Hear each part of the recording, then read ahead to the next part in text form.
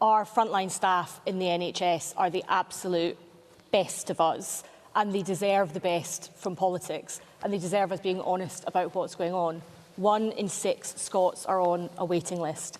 This was one of the things that was haunting us when we were planning the budget about how are we going to get more investment into Scotland's NHS, and we were able to do that through the budget, which created a record settlement for Scotland. So that's the first thing. Money does help. It's not the be-all and end-all.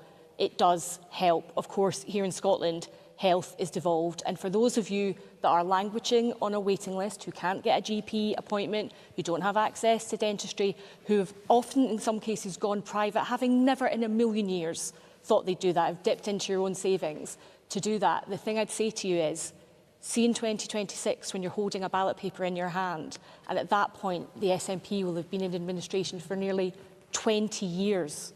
I just urge you to think, is that NHS that you are receiving, that you're paying for, is it of the standard that you have a right to expect? And I suspect for lots of you, when you look into your heart about that, you'll say no and say it is actually time for a new direction.